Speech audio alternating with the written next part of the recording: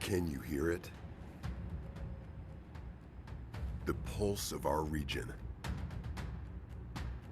It's starting to sound like progress. It's happening here, and here, and there, all around us. We're gaining momentum and catalyzing change. But it doesn't happen on its own. We need each other. Every person, every business, every organization, we all play a role. We're leading. We're collaborating. We're growing. Yeah, we've had some wins, but we still have work to do. We're leveraging our assets, investing in innovation, and creating opportunities for everyone here to share in this momentum. The pulse of our region is strong, it's steady, it's rhythmic. Can you hear it? Can you see it? Are you a part of it? Every beat represents the commitment, the drive, the determination that is uniquely Akron. Our progress is palpable, but we've only just begun. We're gaining traction and building something powerful, something together, something greater.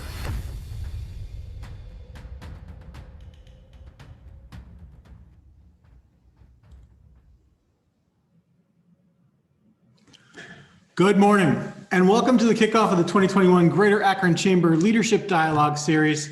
I'm Steve Millard, President and CEO of the Greater Akron Chamber. I'd like to begin by thanking our sponsor, Akron Beacon Journal, Local IQ, for their support this morning. I'd also like to thank the Chamber's Chair Circle members who were scrolling during the slides at the beginning of the meeting. These are our top financial supporters, and their leadership and investment allows us to drive our efforts and advance these conversations with business and community leaders like all of you. Like many around the country, our region looks different than it did this time last year. While things like workforce access to capital, inclusion remain at the top of our critical needs list, the specifics of these issues have shifted amid the events of the last year. And so if we're going to achieve our potential for the region's employers, its workers, and its residents, we need to capitalize on this inflection point and ensure we're not only focused on the right issues that will position our region for recovery and growth, but also to do it in a way that creates opportunity for everyone. There's a lot of work ahead, and none of it can be done in a vacuum, but let's be honest, collaboration is hard. Sometimes it's unnatural, as we all strive to move as fast as we can for the people and entities we serve. However, when collaboration is intentional and woven into the fabric of our processes and culture, the impact is extraordinary. Today's panel is going to shed some light on this collaboration as we hear from some of the key leaders working all day, every day to advance the work, address issues, seize opportunities, and position our region for growth. Many times, collaboration requires a catalyst. As an individual or a group of people who are bold enough to not only believe we can do better together, but are willing to take the risks, make the investments, and dedicate countless hours to set a solid foundation and direction from which collaboration and growth can thrive. Christine Mayer, president of the GAR Foundation, is one such catalyst, and we're lucky to have her here with us to set the stage for the conversation ahead and introduce the people we'll be hearing from.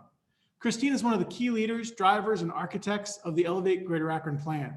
She, along with Don Taylor of Welty and Mark Merklin at Browse McDowell, as leaders for the Chamber, the City of Akron Mayor Dan Horrigan and County Executive Eileen Shapiro came together almost 3 years ago to initiate an extraordinary approach to regional economic development collaboration, which underlies the work we'll talk about today. It's my pleasure to ask Christine to kick us off and introduce our panel. Christine?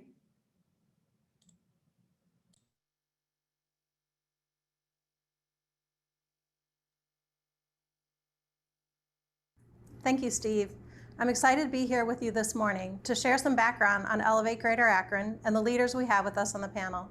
As Steve noted, nearly 3 years ago, we at GAR Foundation initiated conversations among leaders in the region about Greater Akron's economic picture. Our initial intent was simply to explore ways in which the city, the county, and the chamber could better coordinate their economic development activities. but when we dug in and took a hard objective look at Greater Akron's economy, who it was working for, who it was leaving behind, how it had changed over time, and what kind of future it was shaping for our citizens, the work changed. It became more than merely improving how we worked. It became an effort to change what these key partners were doing in the economic development space. While there's much to love about Akron, none of us felt good about what we saw in that snapshot of our economy, particularly when it comes to the grave disparities in economic prosperity experienced by white citizens compared to people of color. We shaped the Elevate Greater Akron plan to build upon strengths and also to face and address systemic failings. There are 5 strategies in the Elevate plan, each aimed at creating a transformative, high-functioning, and equitable economic development system for Greater Akron. The Opportunity Akron strategy focuses on creating inclusive economic opportunity. The Business Retention and Expansion strategy supports our companies by eliminating barriers and clearing the path to growth. Through Spark Akron, we focus on creating an environment where entrepreneurs and innovators can take their ideas and their businesses to the next level. The Refocus on the Urban Center strategy doubles down on the critical role a strong downtown plays in our region's vibrancy.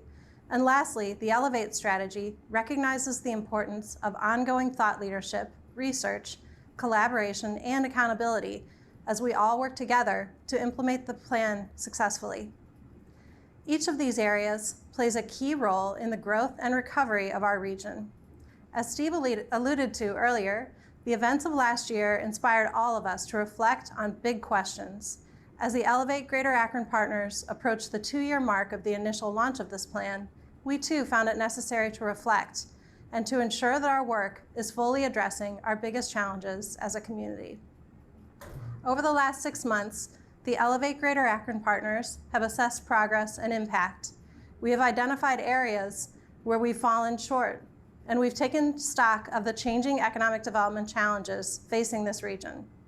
While the core strategies of Elevate remain unchanged, the work within them has been adjusted to address the most pressing challenges and to allow us to capitalize on opportunities on the horizon. Candidly, I can tell you that some days I am daunted by the challenges we all face. I think everyone who is paying attention can say the same. And yet, far more than that, I'm energized by the work, by the partners, including those you'll hear from today, and by our commitment to a shared plan. We have many assets upon which to build, including strong leadership, and I am confident that will serve us well as we move forward to create an even greater Akron. With that, I'd like to introduce the members of our panel this morning by sharing with you the key roles each plays in the Elevate Greater Akron work. I encourage you to visit the Chamber's website to learn more about each of them individually. First, I would like to welcome Robert DeJournette, Vice President of Opportunity and Inclusion for the Greater Akron Chamber. Robert is on point for the inclusion work for both the Elevate Greater Akron Collaborative and for the Chamber. He works to support the growth of minority-owned businesses, and he connects the region's Black residents with opportunities. Robert also helps companies to enhance their inclusion efforts. Robert works hard to ensure that inclusion is woven throughout all of the Elevate strategies. Next, I'd like to introduce Jason Dodson. Jason is a shareholder at Retzel Consulting Solutions and is here on behalf of the County of Summit. Jason leads Elevate's business retention and expansion work, focusing on ways to understand and address the issues facing companies in Greater Akron. He spends most of his time blocking and tackling to remove barriers for these companies and helping to position them for growth, expansion, and opportunity. Our next panelist is James Hardy, Deputy Mayor for Integrated Development for the City of Akron. James manages the planning and economic development functions of the city, and he serves as a key leader in the Elevate Greater Akron efforts to drive downtown vibrancy and support for businesses in Akron's neighborhoods. Next up, we have Sue Lacey, President of Connexus NEO. Sue is acutely focused on our workforce. She and her team work with businesses to identify the skills they need and to connect them with educators, workforce programs, economic development practitioners, and community organizations. The goal is to innovate solutions that fill open positions and build diverse talent pipelines. Next on the panel, we have Jim Mullen, President and CEO of United Way of Summit and Medina. Through Jim's leadership and focus in areas including basic needs, financial empowerment, and education, he provides a unique and valuable perspective on the importance of addressing these issues and reducing barriers for the residents of this region so that they may thrive and have opportunity to participate meaningfully in this economy. The final panelist this morning is Doug Weintraub, CEO of Bounce Innovation Hub. As the first CEO of Bounce, Doug focuses on startup-driven growth, supporting university tech transfer, and boosting corporate innovation efforts. Under Doug's leadership, Bounce supports entrepreneurs and connects them with the resources to innovate and grow. Our moderator is Steve Millard, President and CEO of the Greater Akron Chamber.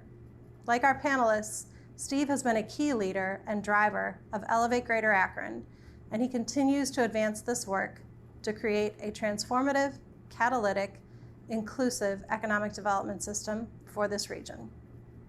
With that, I will turn it back over to you, Steve. Great. Well, thank you, Christine. First of all, I want to start by saying Happy New Year, and thank you to all of you individually here on the panel and personally. I know that early mornings, late nights, and weekend pushes are a big part of the responsiveness and support each of your organizations are all about, and we appreciate the collaboration that we have with all of you. I also want to say that while each of you are on this panel, we know there are scores of leaders that you work for on your boards or your public entities that enable and empower you to do the work, and great teams that work alongside you to get it done. So we know it's a joint effort to make this stuff happen, but each of you individually are the men and women charged with ensuring the work that's critical to our community and our collaboration gets done on a day-to-day basis. So we thank you for that and appreciate your leadership. A couple of housekeeping items here as our panelists get situated. First, we have this set up in a way that you can ask us questions. So use the question and answer dialogue in the Zoom panel. I'm sure we're all multiple ways familiar with this at this point, but just drop your questions in there and we will get to them either through the presentation if they're sort of super immediate, or as we get to the end, we're going to have time for Q&A. We're going to go as we have for these series in the past to about 9:15 this morning. So we'll probably spend the next 50 minutes or so hearing, dialoguing with the panelists, and we'll make sure we spend 10-15 minutes for Q&A at the end. So drop those questions in there for us and we'll begin to get them as we go along. So let's jump in. First, I just want to start to do a little level setting. So we're all already through most of the first month of January in 2021, hard to believe. But thinking a little bit about 2020, what were the biggest implications of what 2020 threw at us in your area of work and focus? So how did it alter your work or your perspective? I just want to do a quick round here to get us going this morning. Jason, let's start with you. Thank you, Steve. When we had originally built Elevate Greater Akron in terms of business retention and expansion efforts, the focus was primarily to proactively engage with businesses and for those businesses to be primarily our mid-market and our large businesses with some intervention with our scale-up folks. As everybody can imagine, when the pandemic hit, it really required us to pivot and go from instead of a proactive outreach to very much a reactive outreach and to really focus on our smaller businesses and our minority and women-owned businesses that I think everybody understands that the data has shown have been particularly hard hit by the pandemic. So, I think our team has adapted very well in order to meet the demands of what we've dealt with over the last 10 months. Yeah, folks weren't quite returning those calls in the first few weeks for visits, right? It was That's a whole different environment. Yeah, but one resource we did create, and really everybody on the panel had some involvement with some way, shape, or form, is we created a COVID Business Resource Center that was on the website through the Chamber's website that really provided as a one-stop shop for any sort of relief information that could be made available to those small businesses. I think I appreciate your leadership of that, Jason, as we made that happen. Robert, as you think about the impacts in your area of work, what would you opine on 2020?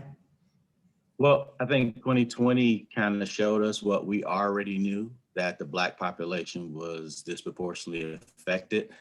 And when we really started to dig in and find out just how deep that went, I mean, it caused us to really prioritize and dig even deeper to see how we can really help in the areas where we could, because it showed what the data had already showed. So it just sharpened our focus a little bit more, and we had to really have more intentionality around how to get resources to the Black population to help them through what happened last year. And I know we'll dive more into that as we get going here a little bit further in the conversation. Sue, your organization, Connexus, is at the nexus of sort of workforce, both supply issues and the demand issues. What were the things that 2020, as you reflect on it, sort of brought home to you, and sort of how did it impact some of your work? Yeah, thanks, Steve. So 2020 was obviously a year of massive disruption, and it's pretty clear that this year will serve up much the same for workforce. So we obviously need to prepare for years of accelerating and escalating disruption. And I think it's fair to say the genie's out of the bottle on that, right? So that overwhelming truth really carried with it three other big implications. One, Robert already mentioned, that disruptions hit some people harder than others, and the Black population was certainly hit very hard with this. But in addition to that, disruptions result in displaced workers who have transferable skills and others who need new skills. And also disruptions certainly will force companies and workers to be even more adaptive. So I have a story to share about that later, but I'll hold off. Great. So Doug, at Bounce, you guys, I guess middle of last year, I think, opened up a brand new facility for co-working, et cetera, and got it going, and then COVID hits. How did it affect you guys and your support for entrepreneurs? Well, obviously we had to close our facility for a couple months as far as the co-working, but I think we noticed quickly on that we needed to pivot 100% virtually, because our entrepreneurs, are scraping by as it is for their businesses, and the increase help is what these entrepreneurs needed. So going virtual, kind of allowed us to double down and help the entrepreneurs. It's an unprecedented time. I've been in this entrepreneurial business for about 25 years, and I've never seen anything like it. So just personally, I said we have to just double down, triple down our efforts to make sure that all these entrepreneurs survive during this time of a lot of unknowns. And that's exactly what we did. Yeah, I mean, it's really become a destination in some ways now that folks can start to get back in to get help and support, and that's needed so much right now. James Hardy from the city, how about you? What are you thinking on 2020? I agree with pretty much everything that's been said. I would add that, what's ironic about all that we've gone through is that right before the pandemic, sort of as we were ending 2019, we had just essentially recovered from the last recession. We were back to pre-recession job levels. There was a lot of progress going on, and then the pandemic hit. So, in some ways, it's sort of a here we go again type of story. But how do we do this better this time around? And so I think what we saw within the city was building off of what Robert and Sue said. We saw an exacerbation of existing wealth gaps. We saw access to capital, which was already an issue, become even more of an issue. And then we obviously saw sort of an arrest of progress, both downtown and within the neighborhoods where we had started to gain some traction. So I think a lot of what all of us on the panel today tried to do in 2020 was sort of stabilize things so that we could get to conversations like today. Yeah, and we'll dive in a little bit more, but I mean, not only, we've had the pandemic, but we had the social justice issues that we're dealing with. I mean, all those together made for a difficult time, especially for our cities. Jim Mullen, United Way, you guys are focused on, that direct delivery and support for people in our community. What did 2020 show you? Thanks, Steve. I think, I echo everything that's already been said just about the unprecedented and what populations are being more grossly affected related to the pandemic and the unrest. But I think the one thing that I'd pivot on is, we went from financial security to financial survival. And that's really how we looked at people who are in need. Pre-pandemic, we were looking at people trying to get them to a place where they're financially secure. And because of job loss and the pandemic and the unrest, we're now looking at how we get people to just survive. The basic of basic needs, the foundational things that people need to move forward. So it's been an incredible challenge, but I think with great partners, we're doing the best we possibly can. And all the direct support you guys have provided to folks has made so much of a difference to people between 211 and the resources. So thanks for all that work. You know, as we talk about the specific sectors or the specific places there was impact, we know the business community was, you know, obviously directly affected by a lot of this in terms of the way they could operate. And especially in the small business community, you know, Jason, you talked about general impacts on business, but for small businesses, what are you seeing as some of the issues right now? My sense is that a large number of these businesses aren't going to make it out of this, despite as much help has been being provided. But what are some of the things that you're hearing in the BRE work from those companies that we've got to get our heads around?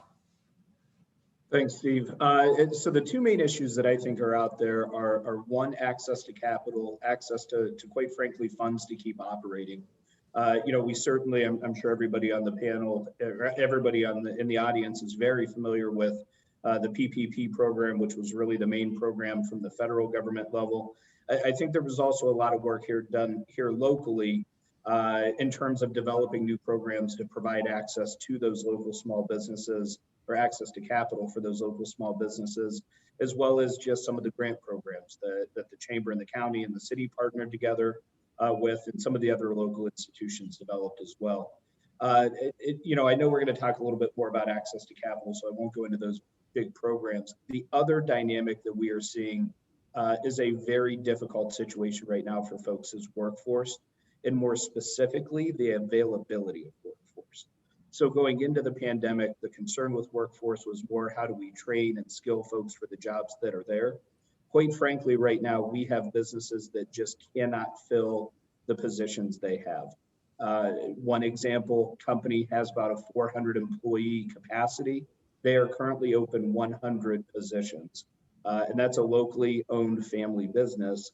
And they're very much struggling to even meet production quotas because of just the lack of workforce. Now there's probably some of that is rooted in some of the federal response to the pandemic and the supplemental unemployment compensation that's there, but it's certainly an issue that collectively we're going to need to get over if we want these businesses to stay afloat and stay here in Greater Akron. And are you getting a sense, Jason, that that's wearing off a little bit? Because I think I know early on, because the federal government tried to react so quickly, it used a lot of averages to figure out how to help people. And so in a lot of cases, you know, people made more by staying home than by going to work. But I've gotten varying thoughts from people as to whether or not that is really driving the lack of access to labor. So, I mean, what are you seeing like currently now about that versus 3-4 months ago? Yeah, Steve, I would tell you, unfortunately, that I think that issue is worsening. And it's not necessarily worsening because of what's going on with the federal level. I think that certainly is part of it. The other thing is quite frankly, Amazon has entered the market, which I think we all generally believe is a very good thing. But we've been working with businesses for about 2.5 years, really since we knew that project was going to be a reality, to say there's going to be a point in time when there's going to be a void within our local economy, because if you take 2,500, 3,000 workers out of the economy and move them to a single employer, that's going to create shortages elsewhere. And I think we've seen that. And there's also been an impact, you know, obviously with them coming in, paying $15 an hour. You know, it has made it difficult in the current economic climate for our other local small businesses to be able to make the competitive adjustments that were necessary to do that. So we've known the local factors were coming for a while. Unfortunately, nobody knew 2 years ago that they were going to hit at the absolute worst time for us in terms of the broader economic consequences. Yeah, I think as we talk about workforce later, I want to also talk about the impact that $15 minimum wage might have as we think about some of the things that are coming out of the new administration. Robert, on our minority businesses, you know, you've talked to literally hundreds of them as we've gone through this process. What are you hearing that's unique or different from our Black-owned businesses in our community? Well, I mean, it was a major setback. You know, some had to close their doors and some couldn't really afford some of the required modifications that had to be in place because of the shutdown. I think a lack of established banking relationships really hurt as well. A lot of our Black businesses, they had banks, but they didn't have the relationships with the bankers. And that really put them at a disadvantage really when the PPP came out, what Jason alluded to. And, you know, with most of the supporters of Black businesses being Black people, and a lot of them being frontline workers, and many of them out of work due to the impact of COVID, that really impacted their business as well. I mean, the personal service industry was hit really hard. Our barbers and beauticians having to make some of those modifications, and that's really core, foundational to the Black community, and those businesses were hit hard. You know, and then we found out that the system was not really set up for them to get unemployment because they never were able to get unemployment. So that system, when they set it up, there was a lot of kinks in that too. So that delayed a lot of unemployment money for them.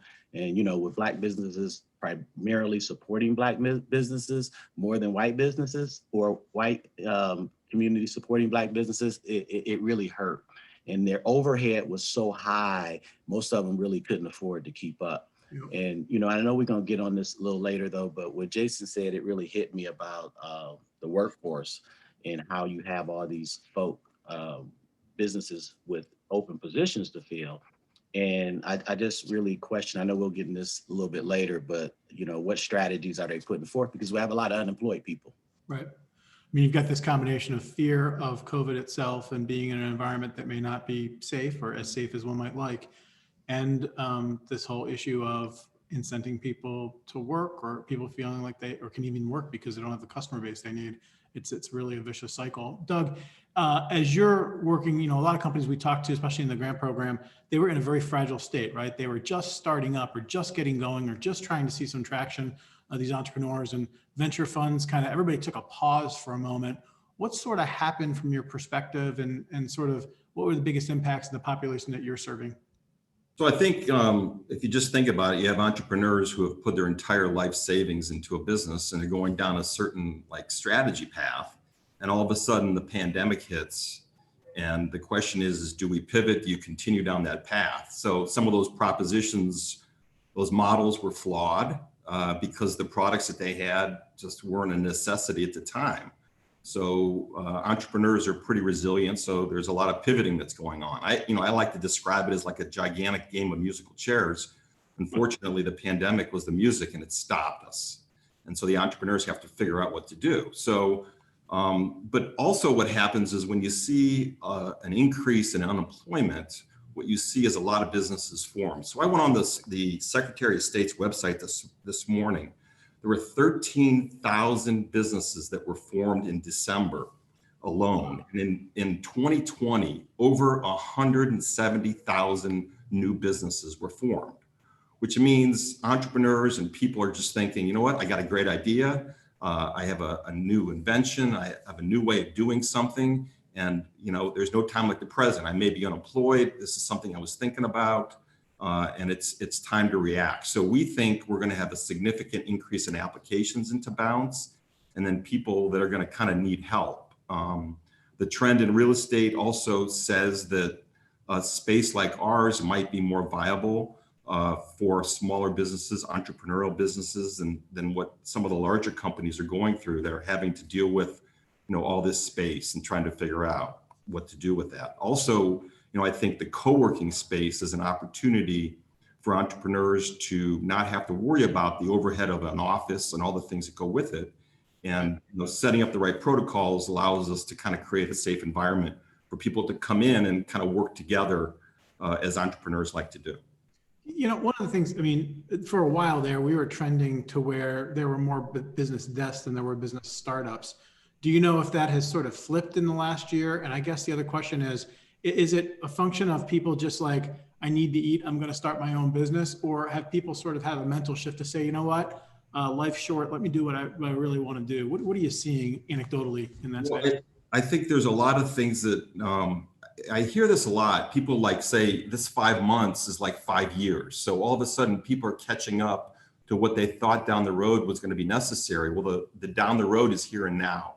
So those ideas and those inventions and those directions can be possible now. The key is, as we've talked about before, is getting some of the fundings, some of the angels, some of the VCs, the private equity firms to commit to some of that. So, sure, there's a lot of empty space and there's a lot of things going on, but people's minds are moving. And if you're unemployed, you're going to get scrappy, which is what entrepreneurs do. And you're going to figure out a way to put that idea, that software product, whatever it may be, to work, to figure out how to make a living. Well, and the good news is that there is some money on the sidelines that has sort of stopped a little bit and is ready to come back in as people feel more comfortable. James, talk about sidelining. So you're in the middle of totally redeveloping Main Street and downtown. So already you've got stuff going on. Then the pandemic hits and people exit downtown. What are you seeing? What are you hearing from our businesses downtown right now? Yeah, well, there's no doubt about it. Our downtown small businesses are hurting. They were hurting before the pandemic, obviously, with the construction, but that's something you plan for. That's something that you have things in place to try and mitigate. None of us could have anticipated the tsunami of economic disruption for our downtown and for our neighborhood business districts that COVID brought. I echo a lot of what others have said. I think that, a couple things to note, that in spite of what I would consider to be best-in-class grant programming, I mean, we put, as a collaborative, the Elevate Greater Akron Collaborative, we put more money on the street. I think we're approaching now $14 million and still counting into the hands of Summit County and Akron small businesses. From what we've been told, that's more than Seattle, that's more than Metro's triple our size. We should be proud of that, but we should also be take in the sober fact that it's not enough. That despite all of that infusion of cash, we are still struggling both downtown and within the neighborhoods for a lot of the reasons that my fellow panelists have already talked about. The other piece, especially for downtown, is the exodus of office workers now working more remotely and from home. That's their lifeblood, the lunch rush, the civic theater events, Lock 3 bringing 350,000 people down a summer. None of that happened in 2020. And so they're wondering if it's going to happen in 2021. So I think we're in a real state of suspended animation when it comes to our downtown development and our neighborhood development. But I think, there's a huge equity component to this as well. And my fellow panelists have already talked about it. There's really three vehicles in American society to build wealth. You can either own a home, you can raise wages, which we've already started to touch on, or you can own a business. And so I think, we say a lot, but it's statistically true. The lifeblood of Akron's economy are small businesses, and they were disproportionately impacted by this pandemic. So luckily for us, through Spark Akron, through the Elevate Akron strategy, we were already focused on entrepreneurship, but we're gonna have to triple down on it to help all those businesses that Doug just talked about and help also keep that equity lens, because it could be a key way to shrinking the wealth gap between Black and white in our community. I understand that as you talk about the specific actions that we're taking, Jason, around helping some of those minority-owned businesses get access to capital, there's some new things that got put in place despite everything going on this past year. You want to talk about that? Sure, thanks, Steve. And I'll defer to James in terms of some of the city-specific programs that will also apply in that area. But one I'd like to talk about specifically is the Minority Contractor Capital Access Program, which is a partnership between the county, the city, Akron Urban League, and the Western Reserve Community Fund. And then Fidelity Advisors out of Cleveland is helping on a bonding component with that. We actually started that effort prior to the pandemic. We actually went over to visit with the Toledo-Lucas County Port Authority, who had operated a very similar program for the last 10 years, back a little bit more than a year ago now. And under that program, what we're doing is we're making capital available to minority-owned businesses in the construction industries, engineering, architecture, landscaping, really businesses that, if you go back and look at the Two Tomorrows report, are underrepresented in our community in terms of minority ownership. And we're providing access to capital for labor, for material costs, and for bonding costs for those businesses, so that they're actually able to be more competitive and don't have to go through the traditional financing means in order to be able to go out and bid and obtain projects. The other component of that program that we've added is essentially a bonding reserve that's going to allow those businesses to use that bonding reserve as collateral, as opposed to being able to or having to find their own personal resources to put up for collateral, which is a major barrier to entry and participation for a lot of those minority contractors in the past. And the Western Reserve Community Fund is going to really administer the program, serve as essentially the bank, if you will. And then the Urban League is going to come in and assist with the technical assistance side of that. And then the city, the county, the Development Finance Authority, in order to kind of start things and boost things along, they're all identifying projects that those minority contractors participating in the program are going to be able to bid on, obtain, and start doing work. Right now, we currently have 8 contractors already engaged in the program. And I believe that here within the next couple months, there's going to be another round for companies, minority companies to participate in. The reason, just one final note, why I find that program very special is this, is rather than it being developed by a group of people and then being pushed out in the community and saying, and telling people, hey, here's a program we developed and it's going to be good for you. This was a program that was developed in conjunction with minority contractors locally and with an organization that had already done the program, a similar program, and had been working with minority contractors in that process. So I think in a lot of ways, it not only represents our ecosystem being responsive to minority business needs, but it really represents in a lot of ways doing it the right way and being inclusive in the way we created the program and developed the program instead of exclusive, which unfortunately, I think many times our community has missed the mark on if you go back in the past. Yeah, thanks, Jason. I know that we've talked a lot today about some of the minority business issues, but one of the things that we have all learned is how stunningly underrepresented those companies have been in getting access to resources and also in terms of growth, in terms of size and employees. So it really is an opportunity for our community if we can get our hands around it. James, Jason gave you sort of a nod to some of the additional access to capital things that you guys have been doing for the city. You want to talk about a couple of those? Sure. So I think access to capital is as close to a silver bullet for economic inclusion in our community as we can get to. Now, you need to have investable projects. You need to be ready for that investment, but we also need to get better at writing the check at the end of the day. And so I think what we've been focused on through Elevate, and I think has sort of come through the pandemic. Obviously, our Great Streets program, we're focused on infusing cash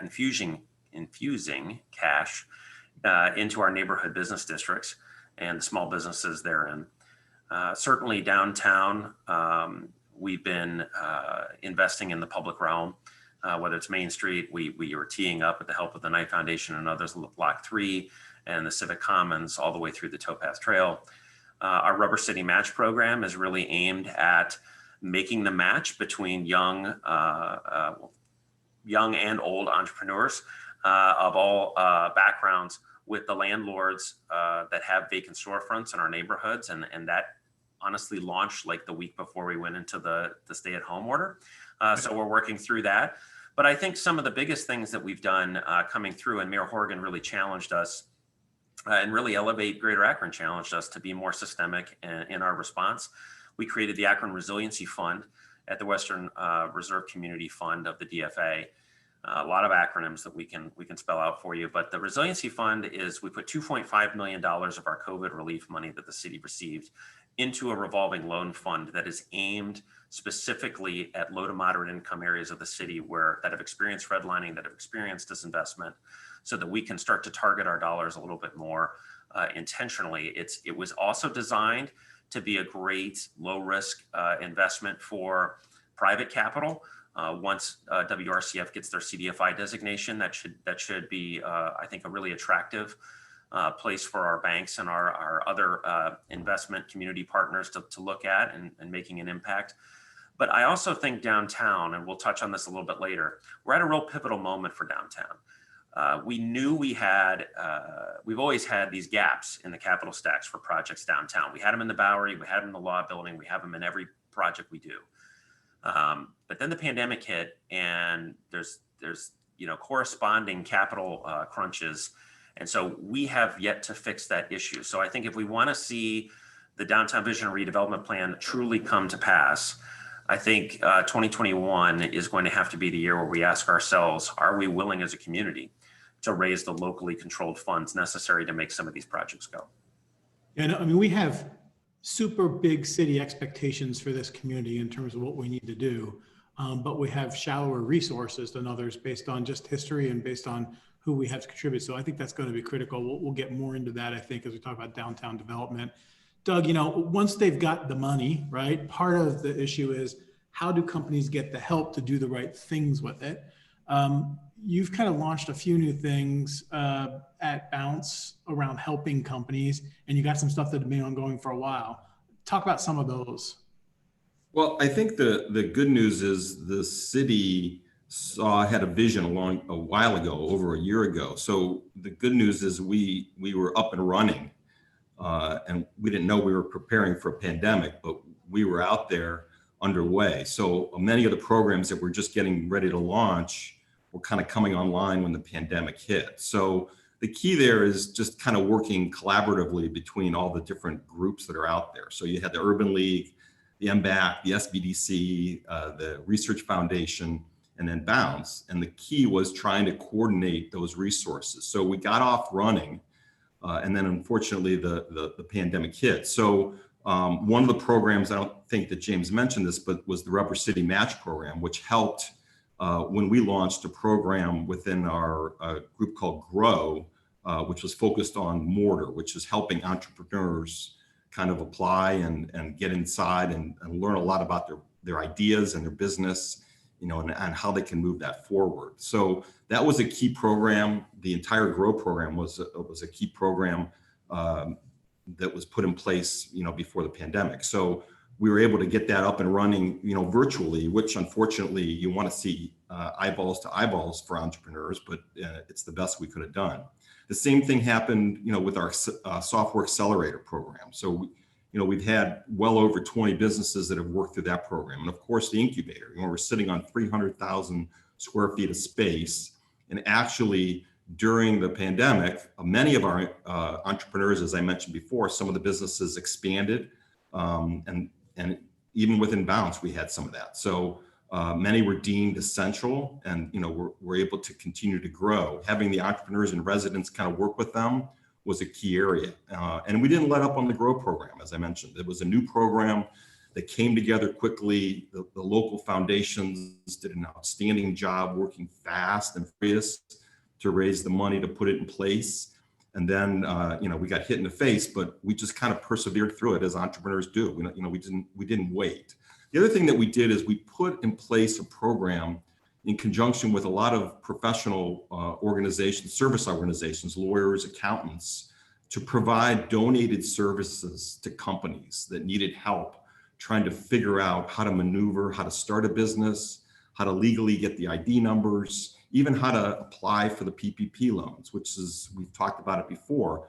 Many of the businesses weren't prepared record-wise to be able to even submit, which is kind of sad. I mean, you have a business that may have used 1099s and all those types of things, and unfortunately, you didn't have a payroll to submit. So having those service providers in our local community dedicate and donate their time to Bounce and to the companies was a key area of support as well. So it's just a matter of kind of working together to make sure that these entrepreneurs weren't affected and they didn't go out of business as a result of unfortunately the pandemic.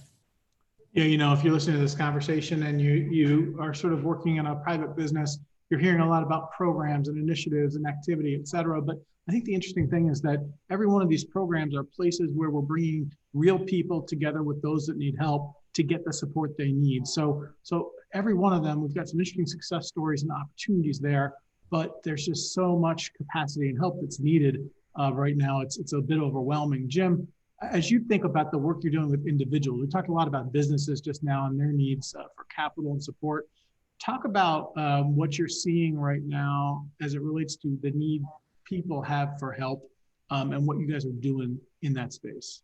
Sure. So, I think James mentioned it a few minutes ago. Access to capital is the biggest opportunity we have for really growing economic development. And when you think about it, we can't start at the end. So personal wealth is critically important to economic development. And the partnership with the city of Akron and the mayor's office around financial empowerment, I think, is critical to our long-term success. So when you think of financial empowerment, what does that mean? For us, Robert mentioned it earlier. We have to start at the beginning to really work with individuals on what they need. We're not short on ideas. You heard Doug talk about that. There's a lot of people that have really great ideas, but they don't know where to begin. And when you hear Robert say that, particularly our minority population may have a bank, but doesn't understand the resources or have the relationship to really impact that, that's a key thing for us around financial empowerment, is establishing that banking relationship as an individual so that you start to understand the products and services that are available to you. James mentioned it, financial empowerment, the first question we ask to our people is, what is your goal? Over 70% of the individuals that we serve in this community are minorities. And the first two things almost exclusively they say is they either want to buy a home or they want to start a business. And for us to work with those individuals to help create that wealth is critically important, because before they ever get to Doug, they have to have that wherewithal to understand the basics of how to move forward and create that opportunity for wealth. The fastest way to create wealth in this country still remains property ownership and home ownership, and being able to leverage that equity and be able to do that in a meaningful way when you have this great idea that people are having as we go through the pandemic is a really vital resource in terms of moving forward with your idea. If you don't want to own a home, but you have an opportunity, that you want to save cash to start a business, we'll help you through that. We'll establish your banking relationship. We'll get you in line with a personal account, but we'll also start to establish that relationship that Robert talked about, where you start to know who those individuals are within the bank that help you once you have these ideas. So, if you think about economic development long-term, it starts with people, and that's really critical. And people's own personal finances and how they operate those are vitally important to their long-term, either them starting a business or them having the ability to support business in a meaningful way. And I think that's really critical with the partnership with the city of Akron and the financial empowerment centers. Jim, you just bring those statistics home when you talk about that. We've talked about the statistic of for every $100 in white family wealth, there's about $5 of black family wealth. And if you think about, what entrepreneurs rely on when they start, it's friends, family, people that they know to help them with the funding they need. If your house isn't worth as much, if your network doesn't have the kind of wealth, you're that much further behind when you start. So are there cities doing a great job in this space for minority communities right now? I think one of the reasons we were so bullish on Akron, and James can speak to this as well, we're the 7th city for financial empowerment. Certainly New York City is kind of the beacon as the Bloomberg philanthropies supported that. And that was under Mayor Bloomberg's leadership as a mayor there. But the reason we were so bullish is we really felt like Akron was the first city that had affordability tied to it. So all the other communities ahead of us, had gentrification and high wage and housing booms and things like that. We felt really strongly as a community that Akron has affordability that allows people to really start to see differently that, when you're paying $900 to $1,000 a month in rent, if you can look at it differently and you can start to build your own personal wealth in a way that's meaningful, you can actually own that home for cheaper than you're paying to rent in a lot of situations. And then that creates the opportunity for that wealth.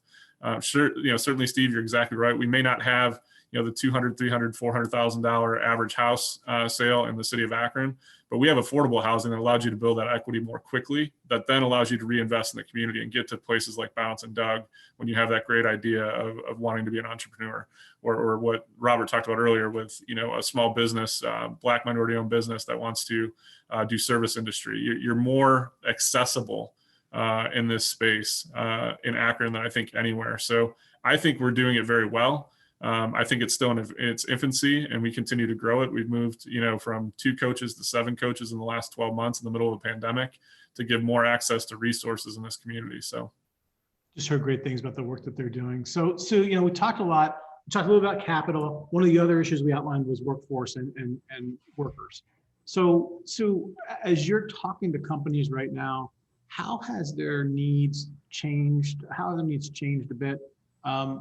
versus pre-COVID? What are folks actively doing right now to address some of the issues that they're facing? Sure. So when we look at the occupations and the skills that were at the top of the list before the pandemic, honestly, that hasn't changed a whole lot, but there have been some shifts. So, there are obviously fewer positions in retail and fast food, declines and other postings like sales reps, customer service reps. And, Robert mentioned leisure and hospitality industries are obviously down. And clearly demand for certain occupations in healthcare have grown. And at the same time, those positions have been really hard to fill for some of the reasons that we've already talked about. And we've seen obviously a growing need for IT skills because automation and new digital platforms have been essential in doing business. But I think there's certain things that companies are saying they need more now than ever. And it relates to what I talked about earlier in terms of displaced workers who have transferable skills can really be valuable to companies. So companies are more insistent than ever that they need workers with strong foundational skills like communication, collaboration, persistence, the ability to solve problems and adapt. These skills can really position displaced and underemployed workers to be competitive in other occupations that offer upward economic mobility.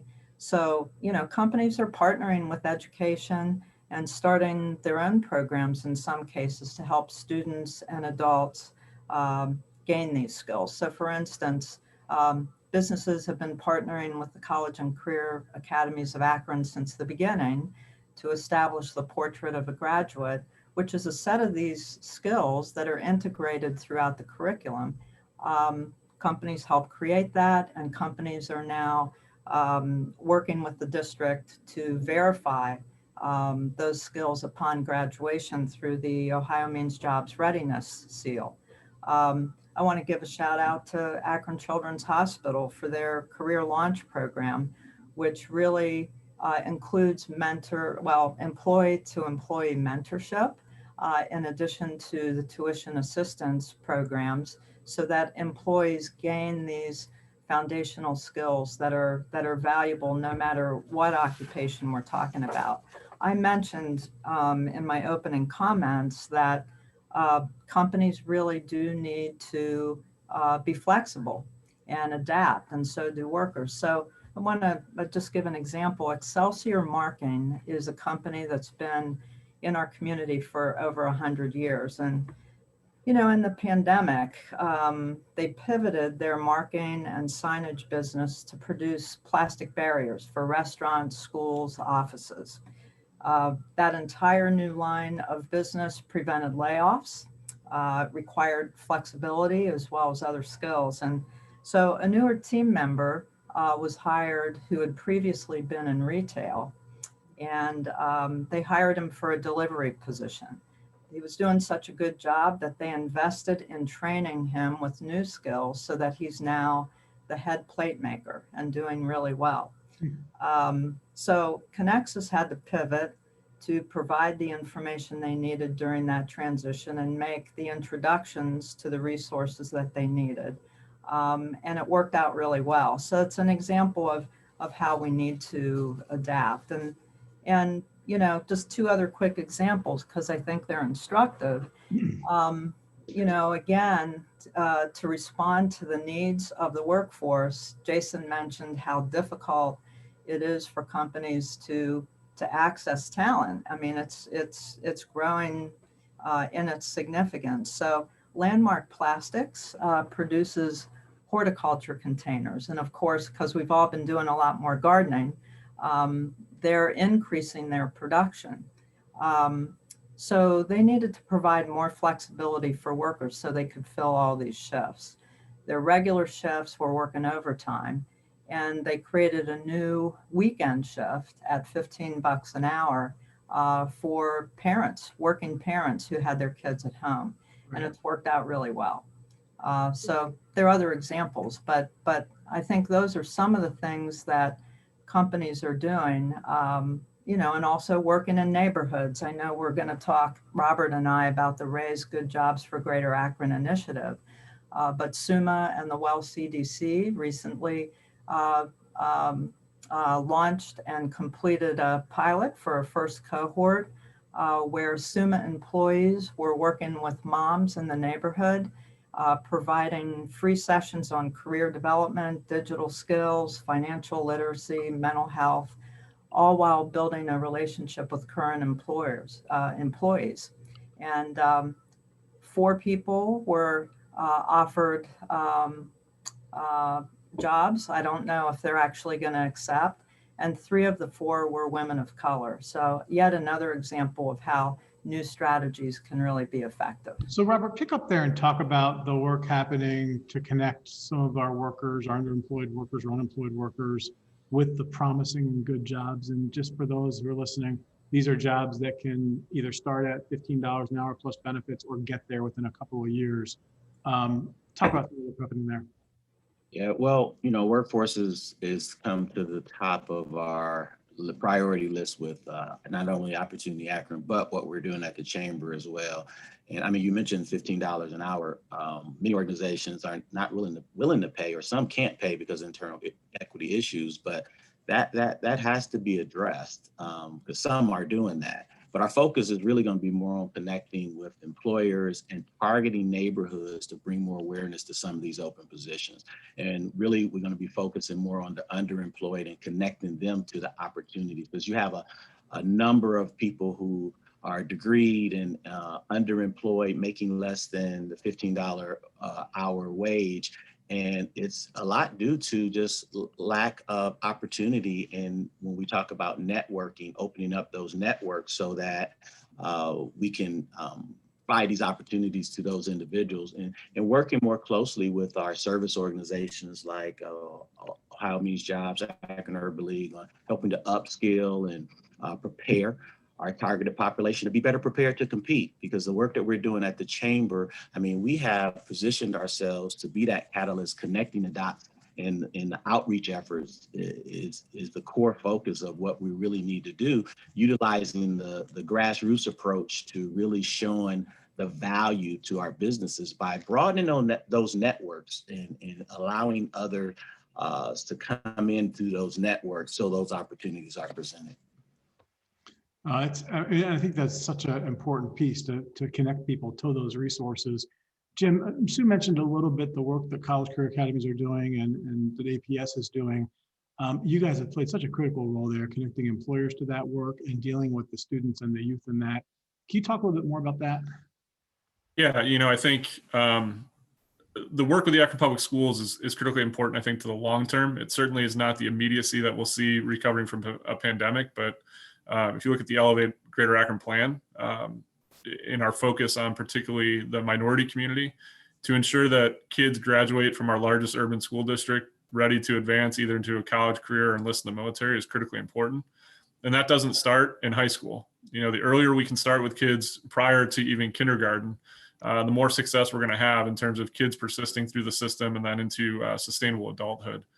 I think the pandemic has created a bunch of challenges specific to students and the opportunity to learn. Certainly not being in school is the first challenge that I think we're all aware of. But the schools are so much more than curriculum. It is the wraparound services and the opportunity for engaging the whole family and the health of their family and the child as their academic success persists. The other thing I would say, and I'd remiss we didn't mention it in this panel, is broadband. Broadband is no more a luxury. It is now a necessity, and it's not just a necessity because of school. Telehealth, workforce development, economic development, it's all now fully reliant on the ability to have access to broadband. And it is, again, disproportionately impacting our minority community. The day that I thought we'd ever hear that kids are parking in the parking lot to do their homework at a library or a school to access Wi-Fi is a day that I think we have a significant problem.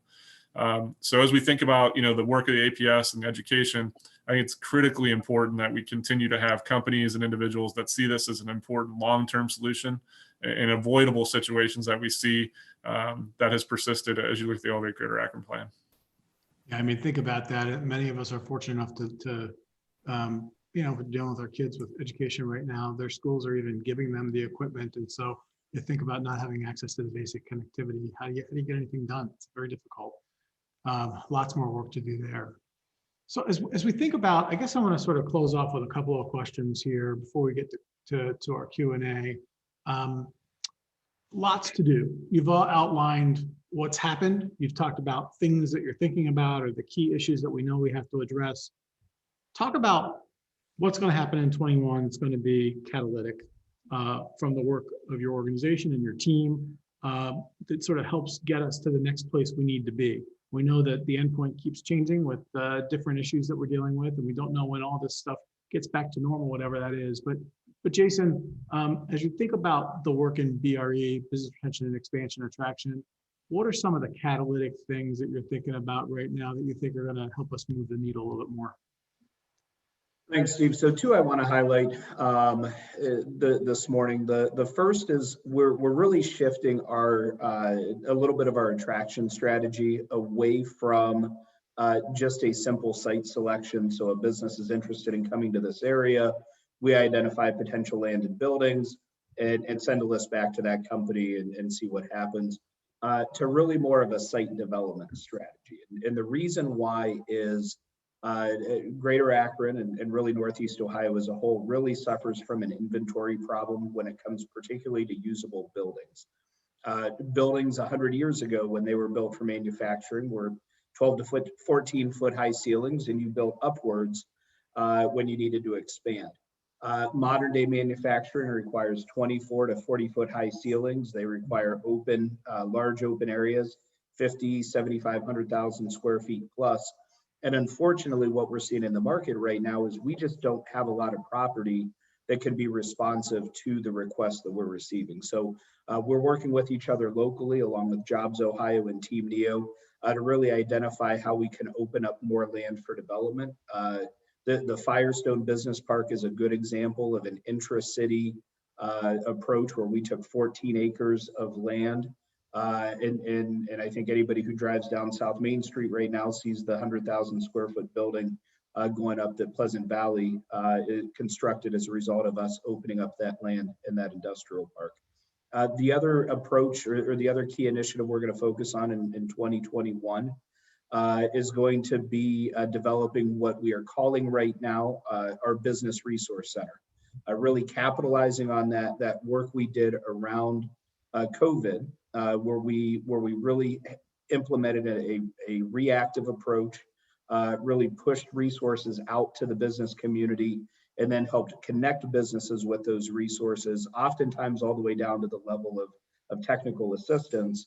What we want to do is really build an ecosystem-wide resource center that isn't just meant to be responsive in a time like we dealt with in March and April, where businesses weren't quite frankly sure whether they were going to exist for another week or another month. We really want to have that be a tool that helps us engage with businesses, that allows businesses to connect with us on their own time and their own convenience. And then when we do have a connection with one of those businesses, we want to make sure we have the right team in place to address those business needs quickly and efficiently in order to make sure that those business owners get the support they need to stay here and to grow here. So those are two big things that we're going to focus on in 2021. Hopefully there'll be much more to come as we get towards the end of the year, particularly announcing a rollout of that Business Resource Center. So Jason, excuse me for saying this, but that doesn't sound super sexy, right? I mean, it sounds like, you didn't tell me that you're out going to attract 1,000-person company to kind of come to the region. Sure. I mean, the nature of the work is a little bit of a grind, I guess, but is that what you think it is? I mean, just building on the small wins at this point? Yeah, from a BRE perspective, we don't necessarily do a lot of the sexy stuff. What I would tell you is some of the things we do in terms of foundational work lead to the sexy things. So the BRE team is really the core team that worked with Amazon and the developer to get the Amazon facility up on Romig Road.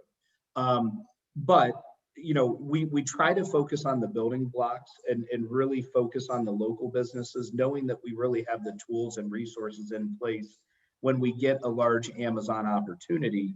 But I think everybody on the call knows, and I think James alluded to it earlier, 80% of our economy plus is going to be focused on homegrown, small mom and pop shops.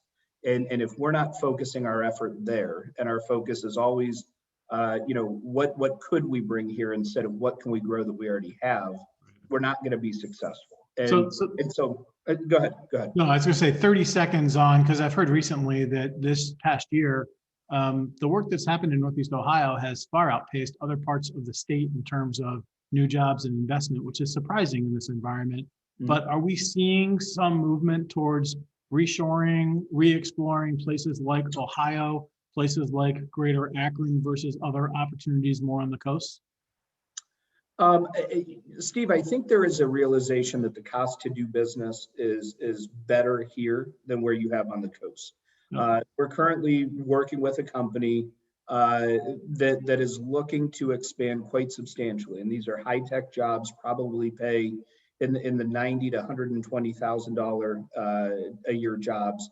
They're in the medical industry. These are jobs that typically we would have seen go to the East Coast in the past.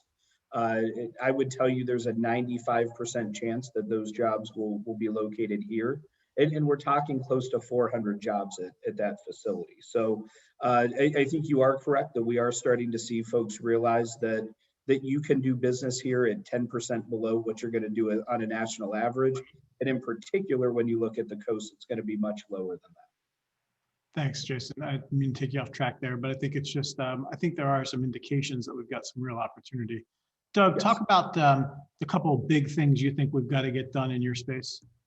Yeah, we launched a new strategic plan after a lot of input from community members to really address, to make sure that Bounce was on target. And we thought it obviously during the pandemic was the perfect time to make sure that we're addressing all those needs. But I think the biggest thing that we have is the community to get involved with what we're doing. We've heard a lot of themes through everybody's presentations about businesses and startups, the number of new businesses that are started in Ohio. But I think it's critically important that people, maybe get involved from a mentorship perspective and financially to support the missions that we're trying to do. We've added entrepreneurs in residence to support the entrepreneurial businesses that are launching here. And the other area that's important is funding. The early stage funding is critical, whether it comes from angels, whether it comes from successful entrepreneurs who want to double down and reinvest in a business. If we don't support the entrepreneurs and their business ideas, those businesses are going to go a lot of different places to get that economic support. So I think being able to prioritize the ability to raise capital and to get it in the hands of the entrepreneurs to develop these opportunities, I think is critical. Because we have a great facility here, but it's more than just the business and the building. It's about working with these companies to make sure they have all the tools, which obviously there's a lot of ideas floating around. We've gotten a ton of support from foundational support in the city, of course, but I think the community itself needs to roll up their sleeves and hopefully get involved in providing some of that expertise from a mentorship perspective and trying to help those businesses get to the next level. Some of these businesses have to recast their business plans for the current environment. A lot of, as we talked about, those ideas are fast forward from where people thought 5 years ago, 5 years forward would now happen, which I think is critically important. So just getting local involvement and financial support has been critical to the companies and to the organization Bounce. So engaging more people and helping companies grow. You don't have to be a mega gazillionaire with 10 serial startups to help, right? I mean, just showing somebody how to use QuickBooks or showing somebody how to think about selling differently, or those kinds of the basics can really help. So I know Bounce is very open to having people who want to reach out and provide their skills with entrepreneurs. Yeah, the mentorship is critically important to help these businesses as well as their pocketbooks. Right. Robert, what's going to be hot or focused in your area as we look ahead? Well, Doug kind of hit on the one is how do we increase our outreach and technical assistance to our entrepreneurs and minority-owned businesses. I mean, we have lots more information that we gathered from the grant program. It gives us a broader outreach. So we have to make sure we're doing have a broad outreach campaign so those minority businesses can access and get technical assistance that they need. Workforce development is definitely high on our list. How do we connect those displaced workers to meaningful jobs and connecting the employers and the workers together? And even supplier diversity, that's going to be really key for us. We have the inclusion marketplace, and we really need to make that tool work for us on the supplier side and on the buyer side. And just to have that more targeted outreach and making sure we're connecting the dots with our corporate partners as well, getting them more involved, trying to create a best practices guide, you know, for our all of our employers with key DE&I strategies to really help move the needle. Because see, we've been hearing a lot about employers wanting to do more, and you know, it gave us an opportunity to really highlight when last year happened with the social unrest. A lot of organizations were putting out these statements about what they were going to do. And I think it was just a moment, but now is more than a moment, it's a movement. And give them an opportunity to kind of see what they want to do, what resources and investments they're going to put behind their efforts to really move that needle. Yeah, Robert, that's an important, I just want to draw that out for a second. I mean, we had this moment middle of last year through the summer where people were super kind of engaged and identified a lot of things that they wanted to do. And I guess I'd ask folks to just on their own reflect on what have you actually moved since then in your own organization. It's huge, it's hard to do, but there are decision makers on this call. Decision makers get to make decisions, and they get to make those decisions in ways they think make sense. So I think it's how can we help those decision makers, you know, do things a little differently than they've done in the past. Is that fair? Yeah, yeah. And I would be really interested to know what resources have been put behind addressing some of the critical needs that we all know that exist, because we all know it's going to take investment, and it's more than just having good intentions, but we have to have more impact than just good intentions. Sue, what's going to happen big in your space in the next year? Well, we want to support and generate a greater number of collaborations that build a competitive advantage for employers and that certainly result in more residents accessing good jobs. So the engines of those collaborations for us at Connexus NEO are our industry sector partnerships. We call them ISPs for short, within the manufacturing, tech, and healthcare industries. So they're driven by companies, big and small. And our role at Connexus is to make sure that those ISP engines are well designed, fueled up, and able to measure our community's progress. So, so this year, our healthcare sector partnership is really going to focus on supporting healthcare employers in part to improve the quality of the STNA positions, which have become so obviously critical during this pandemic, and to invest in those folks to strengthen pathways to higher wage careers. In the process, employers who work with us can expect to gain support from us to redesign jobs in a way that strengthen recruitment efforts and retention. So we're excited about that because we were able to access $195,000 grant from the National Fund for Workforce Solutions to support that work. All the major hospitals are involved, and we have about 10 long-term care facilities that are prepared to move on that. So that's number one.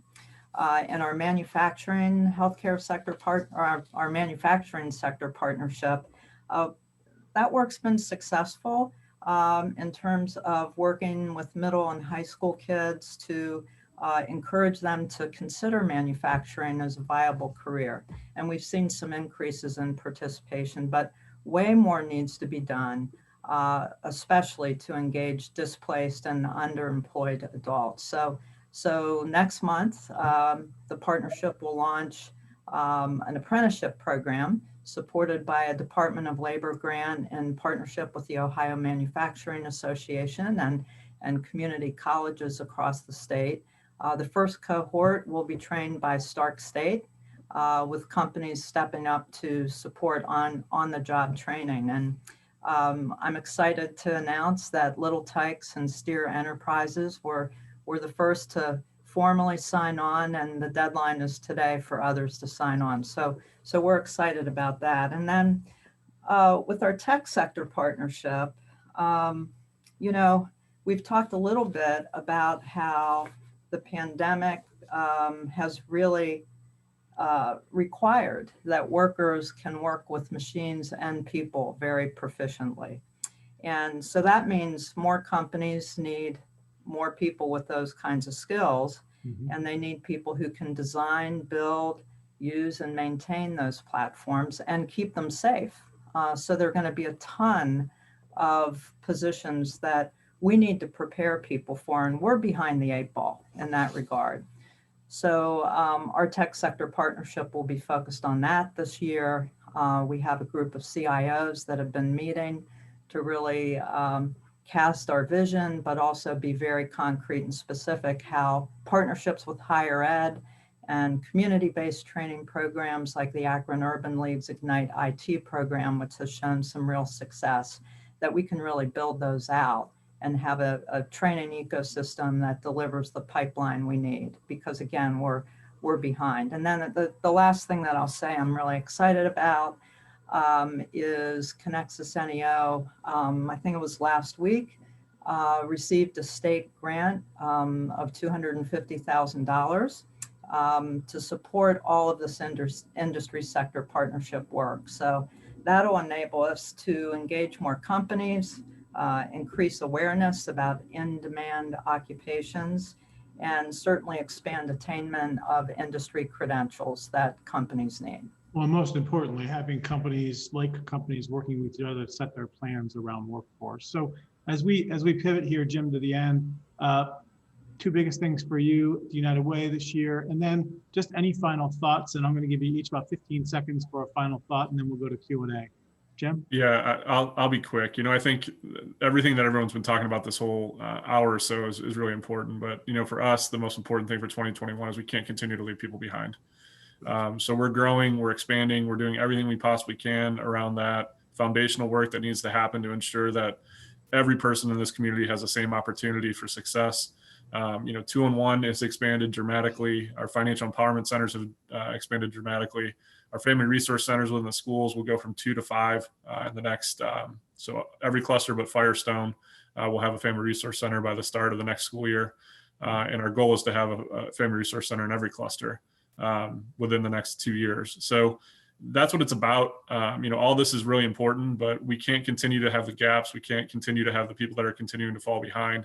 And we have to do everything we can to get everybody on the same level footing. So that's what we're looking at for 2021, is to get people to the opportunities that these great folks all talked about.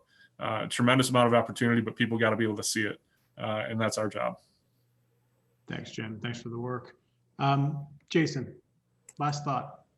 Thanks, Steve. I think the one key takeaway is that as we rolled out Elevate Greater Akron a couple years ago, I think what you see today is that we've really put together a system that allows us to pivot and learn and adapt to quite frankly, at this point, any situation that we could probably have thrown at us. And as we move forward on these new initiatives, certainly want to thank everybody who's helped put them together, and certainly look forward to engaging with all of the folks and organizations that are going to be key parts of that work. Thanks, Jason. Doug, leave us with a thought here. Yeah, I think, as I mentioned, entrepreneurs are working together to try to grow their businesses. And I think, you know, we have to recognize that these small businesses, these businesses that are raising capital will help this ecosystem and help this region grow at an attractive pace, and keeping them here is critical. So having the funding to be able to do that is important. Obviously, the collaboration between all these organizations is critical to helping move in the right direction. And it's a huge growth opportunity. The number of businesses that are formed, the people with ideas, these are these small businesses that we talk about as people want to either buy a house or start a business. And this is the place to be able to do it, being able to provide the support to the entrepreneurs to help them with their businesses growing, whether they're raising capital, whether they're adding people, or whether they're trying to create innovation. That's what Bounce is all about. And having that in our region, I think, is a critical step to being able to pull that off. And all these different programs is what people look for to help them get the energy and the ideas to move them forward. So all that support is critically important. James, I missed you on the two big priorities, but kind of wrap that in with your final thought. Sure. So I think access to capital is something we're going to be continue to be focused on across the board, whether it is in the home ownership realm, whether it's in the starting a business realm, or whether it's the need to raise locally controlled capital to make some of our larger real estate development projects happen. I think, as Doug said, we want to triple down on small business and entrepreneurship as a key to our growth and recovery. We do this through lots of different ways. I think that have already been mentioned. One that I'll just mention that we haven't talked about already is the city's procurement reform efforts. We're this close to hiring our first ever supplier diversity position at the city. And it's something that I can honestly say we would not be as far along without the collaboration that we get from Robert at the Chamber, from so many folks on this call and beyond. I also think as far as parting thoughts, that place matters. I think you heard Jason talk about site development as opposed to site attraction. We're still raising the flag for Akron and Greater Akron for those that are interested in coming here. But as we know from the work that the Fund for Our Economic Future has done, where jobs are located is as important as how much they pay. And so we want to make sure that we're aligning our investment efforts from the public sector into places in those job hubs, both in Akron and across the county and the region, where people can get to the work and can access those jobs. And so, I'm just incredibly proud that 3 years on, we're still talking about Elevate Greater Akron. It didn't die in the vine. It continues to evolve. It's adapted. And it's really a tribute to so many of the leaders on this call and in the community. So thank you for letting me be a part of it. Thanks, James. Robert, 15 seconds to final thoughts. Final thought, some more intentionality around the work. Is more than just talking about it. We have to actually really start doing things with investing in the work, getting involved in the work that we're doing at the Chamber and EGA. That is essential, and ensuring that there are more voices, minority voices at the table at the beginning of the conversation during the planning. Happy to be part of this, but we have to extend it and keep the momentum going. Thanks, Robert. Sue? Yeah, I mean, number one, we need to start moving the needle, like Robert said, to improve workforce outcomes. So we're going to need to ask for data and ask folks to develop enough trust that we're willing to share data so that we can agree on the needles that we want to move on workforce, and that we can actually demonstrate that because we have the aggregated data to show it. Secondly, we need more companies to be involved in driving the industry sector partnerships so that we can drive return on investment. And finally, we need way more Summit County residents enrolled in completing workforce and education training programs so that, in fact, they can be positioned for good jobs. Thanks, Sue. Thanks to all of you we covered a lot of ground today. There's a lot of places that we're doing work, but hopefully we've inspired some ideas and some ways for folks to get engaged. We have a few questions that came in that I want to cover before we finish up here in the next couple of minutes. So this one was for James and Jason. Guys, once COVID's behind us, are companies going to need incentives to bring employees back to offices instead of allowing everybody to just keep working from home, getting rid of their brick and mortar office space? Got a lot of friends who work for major companies who say they're never going back to an office environment. And I see that impacting many small businesses in the future. What are you seeing and hearing about that question, guys? Yeah, I hear that questioner.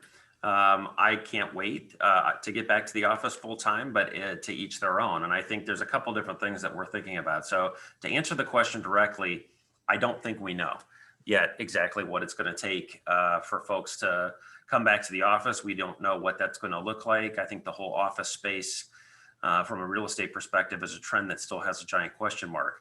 I will say that incentive reform is something that we've been looking at the city through the Greater Akron or the Elevate Greater Akron lens.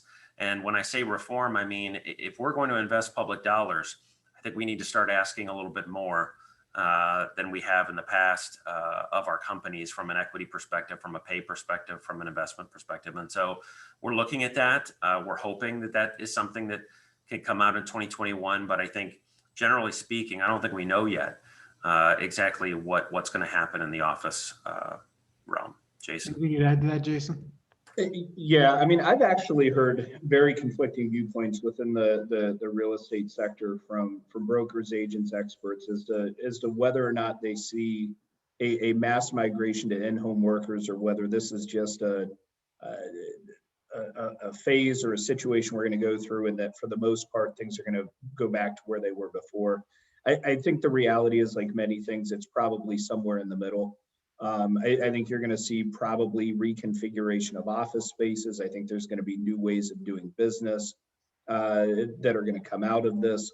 But one thing we have not talked a great deal about today is that in recognition of the fact that we know that there's going to need to be special attention to downtown Akron because of the possibility of that kind of flight of jobs out of there. We've identified and started working with Downtown Akron Partnership and some of the other key downtown partners to make sure that as things settle out, we're able to be properly positioned to address it however it goes. So I think James is correct. It's a little bit of an unresolved issue right now. And I think we need to be somewhat involved in forcing the market one way. But just like anything, I think the market's going to largely dictate where that's going to go as well. Steve, we've had, we have 300,000 square feet here at Bounce. 270,000 of that is small business space for all kinds of software companies, light manufacturing companies. We've seen an uptick. We have about 70% capacity. So, entrepreneurs like to work with entrepreneurs. There's tons of space here. There's not long-term commitments. So people can take their business idea, Right. be able to take some space, and that's here. It's ready. It's now. Yeah, I mean, I think we're hearing from big companies that the office is a different kind of tool for the future than maybe it has been in the past, but it's still a tool they're going to need. So, Robert, someone asked a question about the inclusion marketplace. Is it working so far? What needs to be done to attract more buyers? Because there seem to be more suppliers than buyers right now. Any indicators so far, any match success rates?